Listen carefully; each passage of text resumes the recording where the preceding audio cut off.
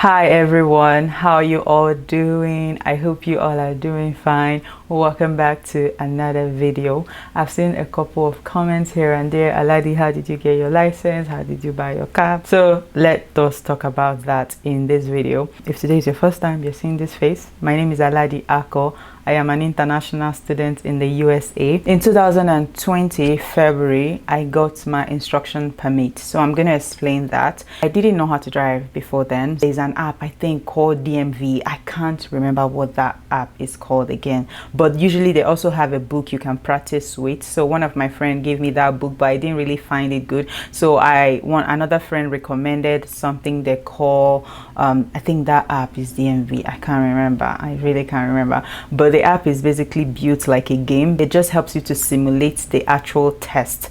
So they're going to give you a test, and that test you're going to have like 25 questions. Let me pause. Okay, the first time I got my license, I was in South Dakota.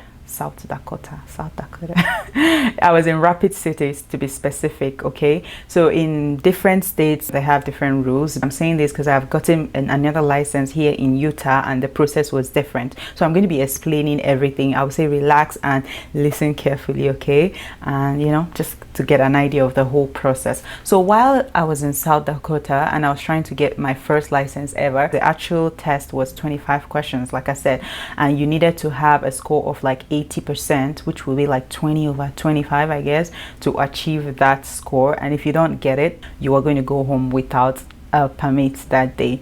So I practiced. Okay, it was very reckless of me, but I'm going to say that it was an evening after my lectures and everything. I was like, well, it was in the night-ish because I did some projects and all, and I was like, well, I want to get my license overnight. So I had just one night literally to study for the test the following day.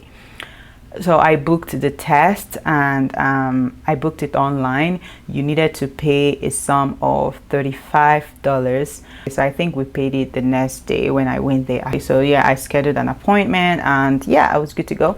And I studied with that app throughout the night. So you have to go with your I-20 as an international student, your I-20, your international passport, and 2 documents containing your current address.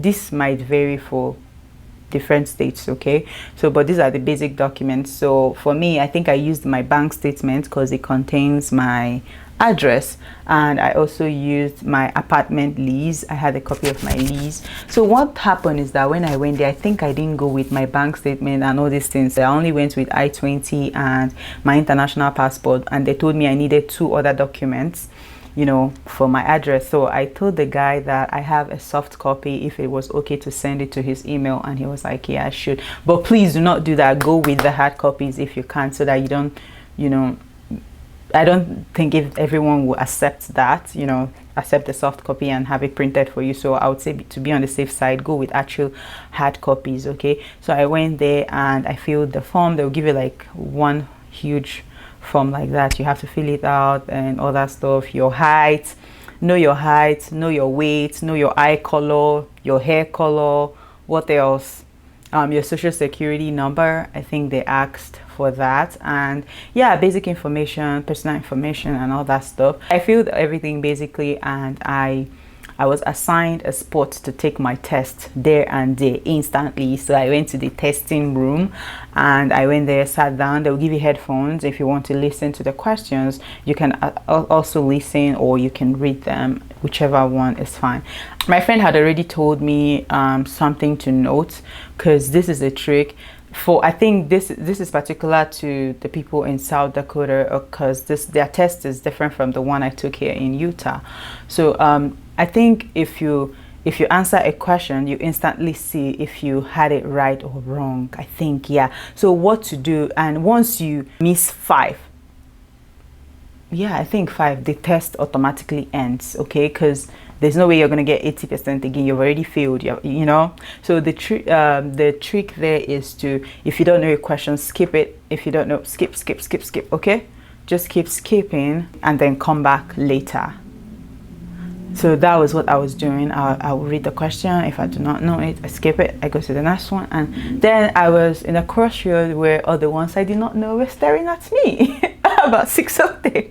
So I did Tununu Tanana and I failed. If you know what student is like, tumbum tumbum. I don't know how to explain it in English anyway. So I got, I think, 19/25, and you know, the least you needed to pass was 20/25. So that was how I failed. And I went home without any permits. And they told me, you know, usually if you pay $35, you can take the test 3 times. Not on the same day, at least for South Dakota, not on the same day. You can take it 3 times, and after 3 times, you have to pay another money to retake it. So I went back and I scheduled for the next available appointment, and then went back. This time around, I was angry. I went with ginger. So I scored 24/25. Hello, Mommy Alane. Bye, love you. I love you too. Bye. So guys, there was a break in transmission. My mom called me and we have been talking for the past 30 something minutes. So yeah, back to the video. Where did I stop? I can't remember, and I don't want to start watching the clip. Let's assume I stopped at when I was telling you guys about my score. Yeah, so yeah, after I got, you know, the 24/25, obviously I qualified to get my permit. So I went to the counter and I was issued my instruction permit immediately. It was given to me. So it's basically a temporary license which gives you the right to drive, but you cannot drive alone in that vehicle. You must have your instructor by the side. You know, you can't just drive alone. You have to be with your instructor in the vehicle each time you're going to be driving. So for me, did I go to a driving school? No. My friend taught me how to drive. So yeah, that was very, you know, kind of him to let me use his car and also teach me. So I think I learned everything happened in February. Got my permits, learned how to drive, everything. It was just basically in the evening after lectures, we'll just go take a drive. Okay, something I did not mention: when you go to get your permit, that day they're going to take a picture of you. So make sure, if you want to look cute in your license, you can try to look cute on that day. Okay, you and I know that last year there was a pandemic. You know, they stopped the driving test. Basically, you take 2 types of tests, right? The written test, which was the one I went to do, you know. So to take the actual driving test, like the real one, the one that you're going to drive, you need to pay another money. So I paid another $35 to register for that. I booked and it got cancelled because of the pandemic. They weren't letting people, you know, take the driving test anymore. So I had to wait till, like, I think around July or June they opened it up again. So I booked an appointment for August. There was a long wait time. Okay, so when I booked for August, I think, yeah, it was in August, right? On the day of the driving test, before then, my friend gave me some tips about, you know, that whatever you do, make sure you're doing the right thing. Do not be, you know, don't be afraid of other drivers on the road. Make sure you're doing the right thing. You know, don't get pressured by who is in your front or in your back. Just do your thing and do the right thing, and make sure that no one honks at you, because he said the first time he went for his own test, he failed because someone honked at him, and because I don't know what happened, maybe he was doing the wrong thing and the person at his back was like pop, pop, pop. So he was disqualified from getting the license on that day. So have that at the back of your mind. For me, so what happened, I arrived on the driving test day, and then my examiner hopped into the vehicle. She sat beside me. I was scared. Something that really helped was that to make me feel more comfortable before my exam day, like the test day, my friend and I would come there in the evening and we'll take a drive, and you know, based on the knowledge, you know, how he did his own test, you know, things the instructor made him do, like, you know, the examiner rather. So it, you know, they'll test you on, you know, how you use the traffic light, how you make your turns, you know, they test you on speed limits. They can take you to like where people are living. The residential area are kind of like 25 miles per hour, so you want to make sure you are noting the school the limit, and they might take you to like a school area. Remember, you have to look out for those signs. You know, make sure that when you are in the school area, you have to slow down to a certain limit. I think it's like 15 miles per hour, 15 miles per hour, yeah, ish. So you just have to pay attention to all those little details, you know, crossing, you know, all those things. You just don't want to make a mistake. So yeah, so that kind of made me comfortable, because we drove through that route. They'll take you to the highway where you do like 60 miles per hour and, you know, stuff like that.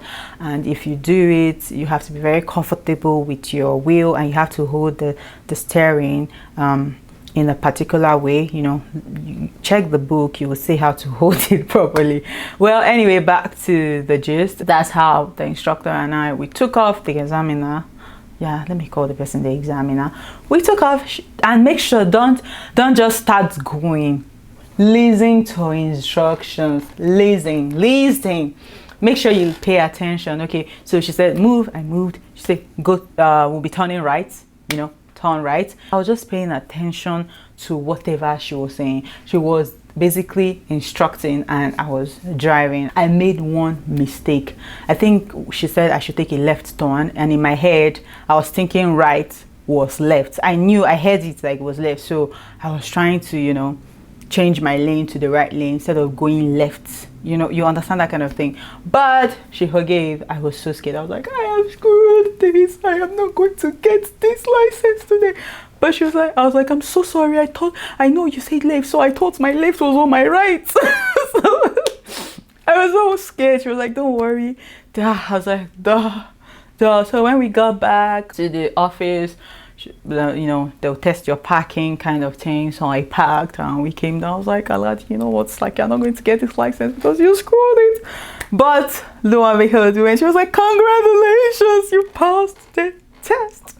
I was so happy, and that is how I got my driver's license. I went to site instantly, they printed it. Pium, girl, you are licensed to drive in the United States. You do not have to have anyone beside you any longer. I could freely drive the vehicle, only me. I was officially licensed.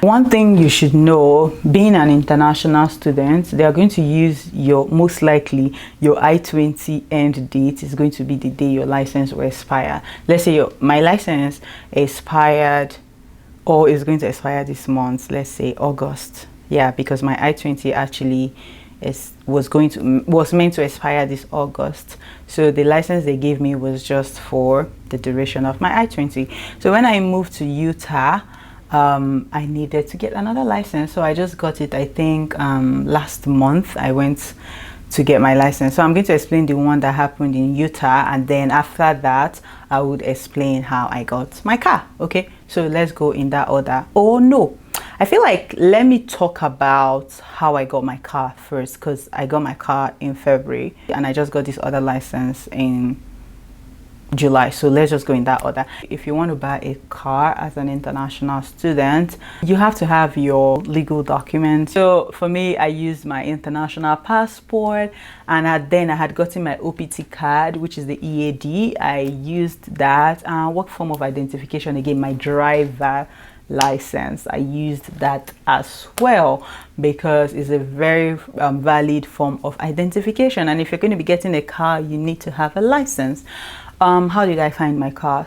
I called my friend and I'm like, well, I want to buy a car. Do you have any idea? Because my friend likes car and all that stuff. And I'm kind of like clueless about cars. All I know, then I wanted an SUV and all that, but I know that the money that I have we have and everything, if I put them together, buying an SUV is not wise. Okay, even if I can afford it does not mean I should get it. But I had the SUV in mind, and I told my friend, and he helped me to check online, and he found some websites and all that stuff, and he sent them to me, and he was like, do you like this car? And he told me all this stuff about the car. I was like, yeah, cool car. Mind you, my friend does not live in Utah, so I got the number of the car dealer and I called them. I'm like, look, I saw this car online, blah blah blah, can I come see the car? I want to check it out, because you know what I'm saying. So I went there, I made an appointment with the car dealer, and I went there, got to the car. I made a video about the day I went to check out for my car and all that stuff. The day I got it, I showed it. So I'll put the video in the description box so that you see the car that I'm talking about. I went there and I told them, you know, I saw the car, I liked it, everything was looking good. I'm like, okay. So, and they told me the price. I was trying to bargain, but they gave me a deduction, but somehow something, well, let's not talk about it, but you can bargain, you might get a discount. So how to pay for the car? Anyway, they have the option of either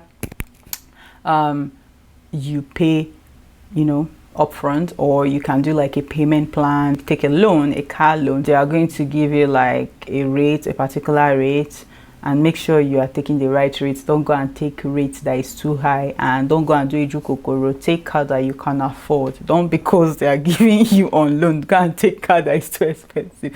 So yeah, it's up to you. Pay cash, whatever you want to do is your choice. They are going to do a credit check, you know, to check your credit history and all that stuff, and you know, the credibility of your documents. It's just a normal process buying the car. It's not that deep, okay? I would say it's something you can do.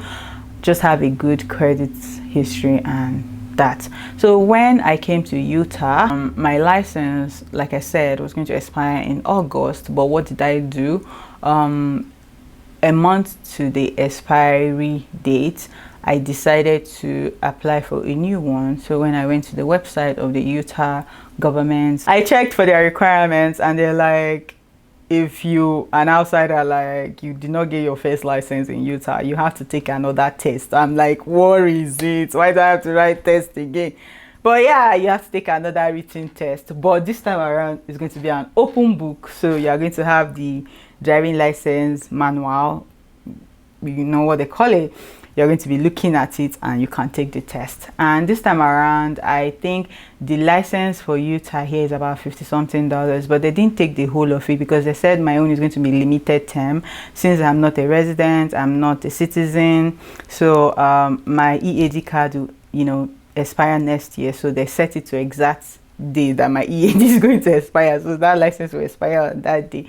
So they refunded me. So I think I paid about $30 something instead of the usual 50. So I had to ask the guy that why I saw 50 something online, so why are you charging me 30 something? He was like, well, because your this thing is limited. Usually we give up to so many years, but yours is like, is even less than a year. That's what we are giving you, so that's why we're giving you that discount. I was like, oh cool, thank you. So I didn't prepare this time around. I did not study because they said it's open book. I went from my workplace down there, and it was time to take the test. Man, I took the book. I was looking at the questions, you know, the same rule, but this time around you don't see instantly, like if you answer a question, it doesn't show you if you got it right or wrong. It's when you are done with the whole thing, you just submit. They don't show you. It's when you have submitted, then they'll now show you your score. So I was still using that same, you know, if I don't know it, I'll skip. You know, I kept doing. I was like the last person to leave that place. The woman was like, submit, oh, submit. But at the end of the day, I crushed it. I got, I think, 23 or 24 out of 25, which is very good. I passed it. I crushed it. Yes, I crushed it again. And then they told me, we will send your license in the mail. They took my old license and they perforated it. Is that the right word? And they told me that it would just be valid for 6 months. They gave me one piece of document saying that I can use it temporarily, that they will send my license in the mail. And I have gotten my license in the mail, actually. You might be wondering, this time around in Utah, what documents did they ask for? Pretty much the same thing, just that this time around they didn't use my international passport. They just used my existing driving license, and they asked for my OPT card, which is like the EAD, work authorization, and then 2 documents containing my address as well. So I used my electricity bill, and what else? I can't remember, but I used 2 documents basically that have my home address, my current home address on them. If I missed anything, let me know in the comment section. Thank you so much for watching today's video. I remain your host, Aladi-Ada Akoh. Do not forget to like, comment, share, subscribe, and I'll see you in my next one. Bye.